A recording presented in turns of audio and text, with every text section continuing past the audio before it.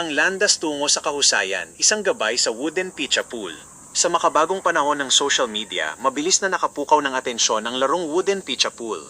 Sa bawat pag-scroll sa ating mga feed, hindi mawawala ang mga video ng mga mahuhusay na manlalaro na tila may mahika sa kanilang mga daliri habang pinapagalaw ang mga pitcha sa ibabaw ng wooden board. Dahil dito, maraming kabataan ang nagnanais na pasukin ang mundong ito, dalang pangarap na matutunan ang mga komplikadong diskarte at teknik na kanilang nasisilayan. Ang pag-aaral ng larong ito ay isang mahabang proseso na nangangailangan ng dedikasyon. Mayroong dalawang pangunahing landas na maaaring tahakin ng isang baguhan, ang pagkakaroon ng mentor at ang self-study. Ang pagkakaroon ng isang coach o mentor ay isang malaking bentahe. Sila ang nagsisilbing kumpas na nagtutuwid sa ating mga maling galaw at nagbabahagi ng mga karanasang hindi matatagpuan sa kahit anong manual. Gayunpaman, hindi rin matatawaran ang halaga ng sariling pagsisikap o self-study. Dito nasusubok ang disiplina ng isang manlalaro na mag-obserba, mag-eksperimento, at bumuo ng sariling estilo base sa kanyang mga pagkakamali. Bilang inyong mentor, bukas palad akong tumutulong sa sino mang nagnanais matuto at humusay.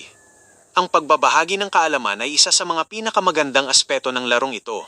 Sa halip na itago ang mga nadiskubreng teknik, ang pagtuturo sa iba, lalo na sa aking mga viewers at taga-subaybay ay isang gawaing marangal. Sa pamamagitan ng pagpapakita ng tamang anggulo, tamang lakas ng pitik, at iba't ibang paraan ng pagpapahulog ng pitcha, binibigyan natin ang iba ng pagkakataong umunlad ng mas mabilis. Ang pagbabahagi ng mga sikreto ng laro ay hindi lamang para magpasikat, kundi upang tulungan ang kapwa na maiwasan ang mga pagkakamaling nagawa na natin noon. Hinihikayat ko kayong i-follow ang aking pahina upang agad ninyong mapanood ang mga bagong tips, tricks, at mga estratehiya na aking ibinabahagi. Dito kayo makakakuha ng sariwang kaalaman na makatutulong sa inyong pagsasanay at pagpapahusay sa bawat tira. Sa huli, ang wooden pitcha pool ay hindi lamang tungkol sa kung sino ang pinakamaraming naihulog na pitcha.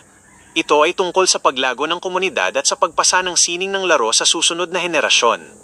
Sa bawat teknik na itinuturo at sa bawat diskarteng ibinibahagi, binubuksan natin ang pinto para sa mas marami pang mahuhusay na manlalaro. Ang pagkatuto ay simula pa lamang, ngunit ang pagtulong sa iba na maging mahusay ang tunay na tatak ng isang kampeon.